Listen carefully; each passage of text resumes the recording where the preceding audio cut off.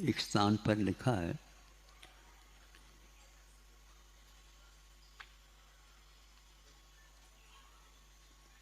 उपवास करने की बात है, किंतु गुरु के द्वारा कहा जाता है कि आज आप उपवास न करो। हम करने के पक्ष में, गुरु नहीं करने के पक्ष में, क्योंकि जो अस्वस्थ हुआ है उसकी वैयावृत्ति हेतु आज का भोजन आपको करना अनिवार्य है। यह साधुओं के लिए शिक्षा दी जा रही है, वहाँ की बात, और सामने जो बैठी सभा है उसके लिए भी यह लागू हो जाता है। संतों का कहना है, शरीर के बिना धर्म साधन नहीं होता और अन्न के बिना यह शरीर का टिकाव संभव नहीं। अन्न लेना अनिवार्य है, लेकिन कौन सा अन्न लेना, स्वयं को भी हम संयत बना रखें, और जो रुग्ण हुआ या अस्वस्थ हुआ है उसकी स्वास्थ्य भी बहुत जल्दी जल्दी ठीक हो। यह एक व्यवहार है, इसके पीछे धर्म भी लगा हुआ है। और धर्म का अर्थ मैं मेरे लिए ही करूं ऐसा कहीं भी लिखा नहीं गया। जिसके लिए जो आवश्यक है उसके लिए धर्म प्रदान करना यह अनिवार्य है, उसको सिखाना अनिवार्य है। ये एक सामान्य बात हो गई। विशेष बात क्या है? विशेष कि हम जो भोजन कर रहे हैं और भोजन दूसरे को दे रहे हैं वो कैसा है, इसका भी निरीक्षण परीक्षण होना अनिवार्य है। आज सुनने में आता है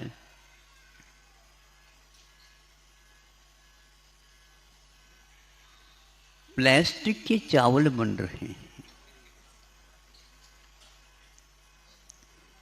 प्लास्टिक क्या है ये आप लोगों को ज्ञात है, पूरे युग को जानने में आया है। अब सोचा सामने वाले व्यक्ति ने विज्ञान के माध्यम से उस प्लास्टिक को इस ढंग से टुकड़े टुकड़े करके रसायन पद्धति से और उसको चावल का रूप दे दिया। आप परीक्षा कर नहीं सकते, आप निरीक्षण कर सकते हैं, लेकिन आप निर्णय नहीं दे सकते यह चावल नहीं है। क्या आप उसको खा नहीं रहे? महाराज इसलिए खा रहे हैं कि चावल बहुत अच्छी क्वालिटी का है और उसमें देखने में तो ऐसा लगता है कि मैं भरपूर खा लूं, और सुगंधी के लिए जो सुवासित चावल होते हैं उससे आगे के वो चावल हैं। अब क्या करेंगे आप? आंतों में जाएगा, क्या वह रोग पैदा नहीं करेगा? इसीलिए जो यहाँ पर अभी कहा गया है, स्वस्थस्य स्वास्थ्यम रक्षेत। स्वास्थ्य होता है, उसके स्वास्थ्य को भी ज्यों का त्यों बनाए रखना ये आवश्यक है। इसलिए एक व्यक्ति का ये काम नहीं है, एक व्यक्ति से लेकर के प्रधानमंत्री और राष्ट्रपति तक ये कर्तव्य की कोटि में आ जाता है। आज के युग में चुनाव के अलावा कुछ नहीं दिख रहा है राजनीति की अपेक्षा से, और शिक्षा के क्षेत्र के अपेक्षा से साइंस विज्ञान के अलावा कोई पढ़ाया ही नहीं जाता है। बच्चा पढ़ना ही नहीं चाहता, पढ़ना चाहता भी है तो अभिभावक बहुत जल्दी भावुक हो जाते हैं। अब उनकी भावुकता को हम कैसे मिटाएं? आप ही मिटा सकते हैं। बच्चे ही अपने माता पिताओं के, लेकिन उनके ऊपर ऐसा प्रभाव पड़ा है अभिभावकों के ऊपर, हमारे बच्चे को तो देशी तो है ही, लेकिन विदेशी शिक्षा भी दिलाना है। अब कौन से तिलक लगाए कि ये देशी शिक्षा है और ये विदेशी शिक्षा है? आप ही बताओ क्या करेंगे हम? अब उसके लेख के माध्यम से, उस विदेशी लेख के माध्यम से हम कह रहे हैं आपको, अभिभावक पहले सुने, बच्चे यदि नहीं आए तो उनको भी सुनाए, जो कोई भी है वो सब सुनाए। यह सुनाया गया था या लिखा गया था भारत में 85 या 80% प्रसूति कार्य को संपन्न कराए जाए, किंतु यंत्र के माध्यम से, चीरा फाड़ी के बिना यह कार्य संपन्न सकुशल हो नहीं सकेगा। और आज भारत में 80 से 85% सारे के सारे, चाहे वह गरीब हो अमीर हो आदि आदि, किंतु विदेशी लेख आता है उसको भी पढ़ना चाहिए। मतलब की बात तो पढ़ो, और तो मतलब की बात नहीं, हमारे लिए रुचि नहीं है उसमें, तो उसको उपेक्षित करो, यह गलत बात है। ज्ञान की ही अवहेलना करना हो गया। विदेशों में जो प्रसूति का कार्य संपन्न होता है वह 15% मात्र आज हो रहा है।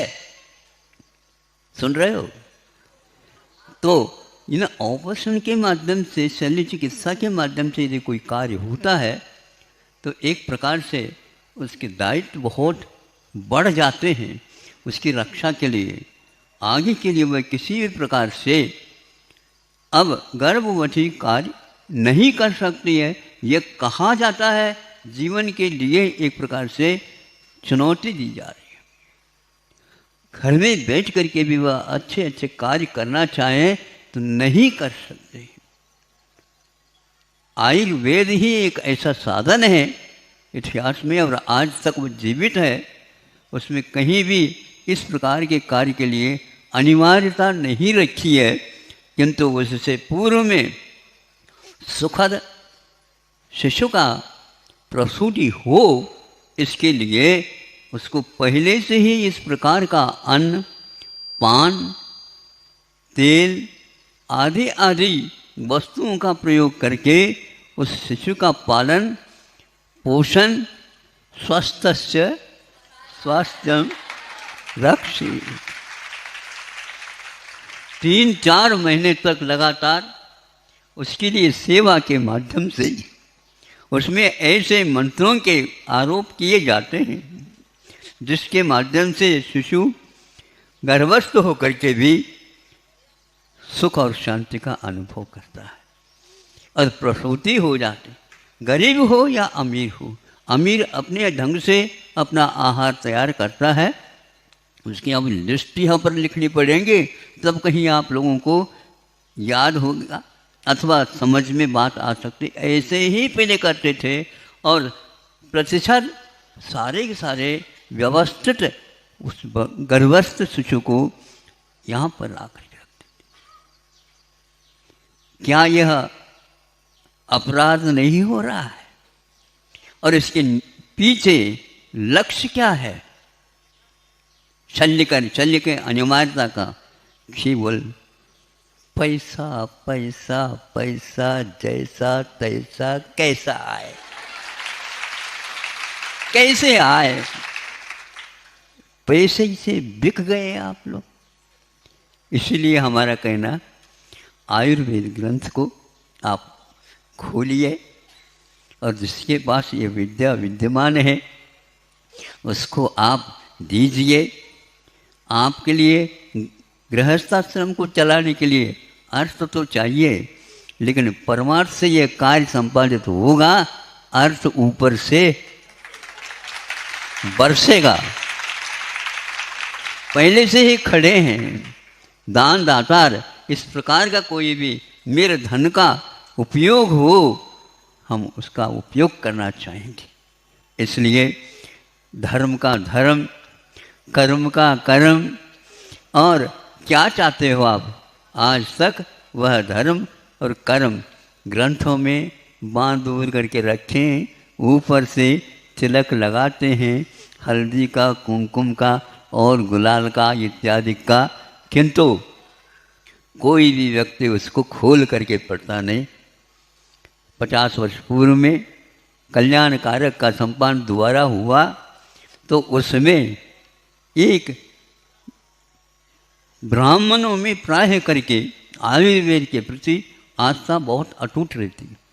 जब उन्होंने इस ग्रंथ को देखा और संपादन करने के लिए आग्रह किया गया है, मैं संपादन करूं, जब देखा तो उसके साथ साथ उनका मन कहने लगा कि इस प्रकार का ग्रंथ हमने कई ग्रंथ पढ़े, लेकिन इस प्रकार की शैली में जो लिखा है ये अभूतपूर्व है। ऐसा परिश्रम आज के इस युग में भी हो रहा है। तो ज्ञानी ही समझ सकता है कि ज्ञान का क्या महत्व होता है। तो आज यह अवसर आ गया है, कोरोना की कृपा से बहुत सारे लोग जागृत हो गए। सारे के सारे अपने अपने प्रयोगशाला में दवाइयों का निर्माण करके उसका प्रतिकार करना चाहा। बनाए थे ये लोग, अमेरिका ने बनाया, चीन ने बनाया, रूस ने बनाया, जर्मन ने बनाया, जापान ने बनाया, सब ने बनाया, किंतु एक दूसरे की दवाइयों के ऊपर किसी का विश्वास नहीं है। तो उसके बारे में हम कैसे कहें जब विश्वास ही नहीं है तो क्या कहें? तो भारत ने कहा हम आप जैसे नहीं बनाएंगे, किंतु हम काढ़ा के माध्यम से ही आप लोगों को ठीक कर देंगे। सुनते हैं पूर्णायु के कार्यकर्ता सारे कमेटी भी तक 12 बजे तक वो तैयार करते हैं, दवाएं उसमें रख करके पैक करके, और वो भेजते रहते थे। यह कार्यक्रम चलता रहा। भले ही खरीदते हैं दूसरे कोई पेटी के अनुसार चलने वाली दवाई, लेकिन सामने काढ़े की वह पैकेट रखे रहते थे और हम यही सेवन कर रहे हैं। ऐसे प्रशासन वालों ने भी कहा और शासन वालों ने भी कहा, और मेडिकल कॉलेज में रहने वाले जो डॉक्टर्स हैं उनका भी यही कहना था कि हमारा काढ़े के ऊपर विश्वास जम गया है।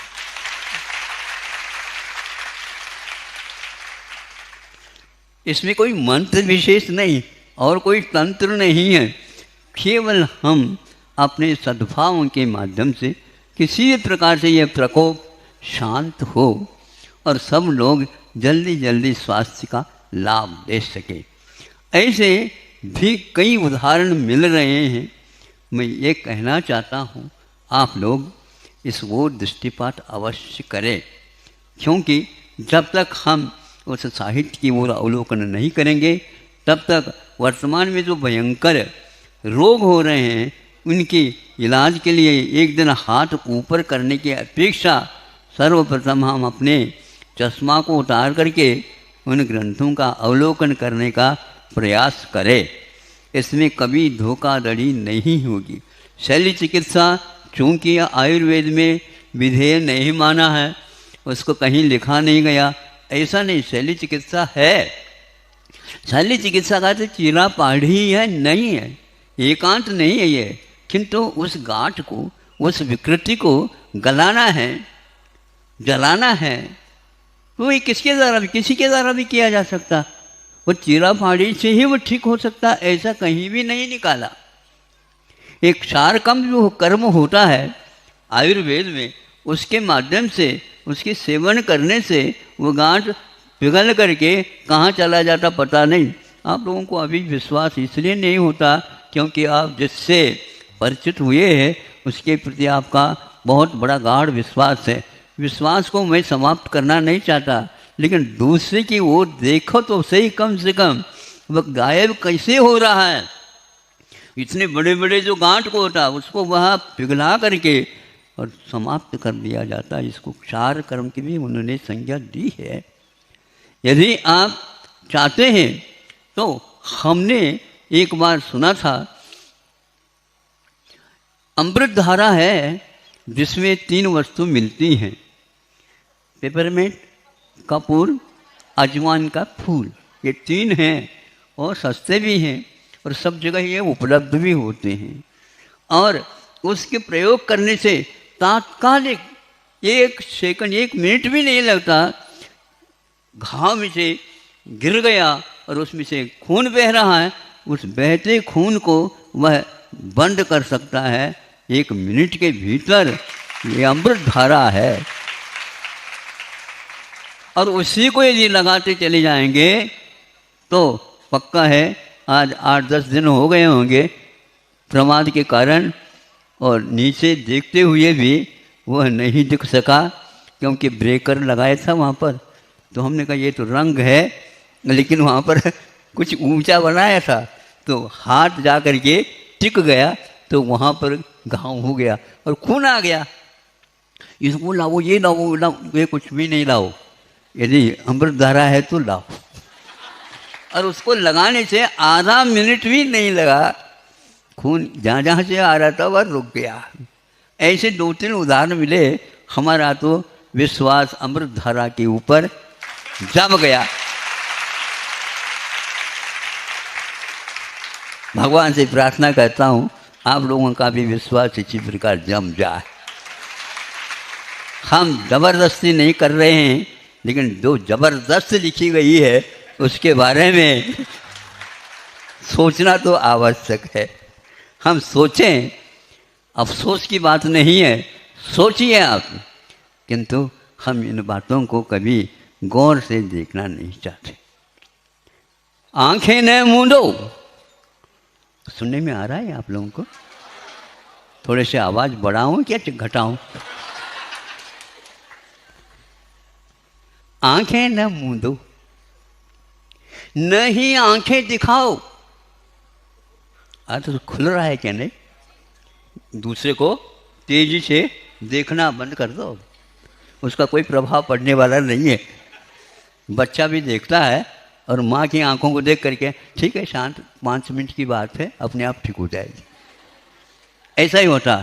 तो आंखें न मूंदो, सत्य के बारे में जब सोचना होता है तो उस समय आप आंखें बंद करते हैं। तो मैं सोचता हूँ आंखें बंद करके ये सोच रहे हैं, नहीं पश्चाताप कर रहे हैं, हम इसके बारे में कुछ भी नहीं जानते। तो इसलिए कहा जा रहा है आंखें न मूंदो, न ही आंखें दिखाओ। फिर क्या करो? सच क्या है देखो, परीक्षण करो। विश्व में हाहाकार हो रहा है एक रोग के पीछे, अभी भी वह दवाइयाँ बन रही हैं। दवाएं नहीं बन रही महाराज, केवल इकट्ठा हो रहा है, इकट्ठा हो रहा है। तो इतने परिश्रम क्यों कर रहे हो? नोट इकट्ठा करो और यह 2000 का नोट गायब हो जाएगा तो अपने आप ही आप दोगे। ये पक्का है। ये मालूम है कि भारतीय परंपरा में प्राय करके गाड़ करके रखते हैं। नोट को गाड़ करके मत रखा करो। वह चांदी की मुद्रा, पंचम जार जिसको बोलते हैं आप लोग, यूं करके ऊपर फेंक दे देते हैं तो दुकानदार क्या सुनते हैं? उसकी झनन आवाज़ सुनते हैं तो ये ठीक है, और इसमें से कुछ आवाज़ नहीं निकला, ये खोटा है। आयुर्वेद खोटा नहीं है, आपकी निगाह में जो खोट है उसको दूर करने की क्षमता रखता है। दवाई के मूल्य के बारे में मत पूछो, बहुत कम दाम में वो औषध आपके लिए उपलब्ध होता है। निःशुल्क बांटने का परंपरा या रिवाज था, आज भी विद्यमान है, क्योंकि उन दवाओं के माध्यम से चेतन को दिशा मिलने वाली है, केवल शरीर को नहीं चेतन को मिलने वाली है। ऐसे दवाइयों के माध्यम से हम सामने वाले के जो बिल्कुल असाध्य भी रोग हो उनको भी हम अवश्य ठीक कर सकते हैं। ऐसे ग्रंथों में कई बातें लिखी गई हैं। आप लोगों को फुर्सत हो वह अवश्य इसका अध्ययन करे। नहीं है तो अपने बच्चों के ऊपर कृपा करके ऐसे संस्कार डालो, बेटा मैंने नहीं किया लेकिन तुम कर डालो।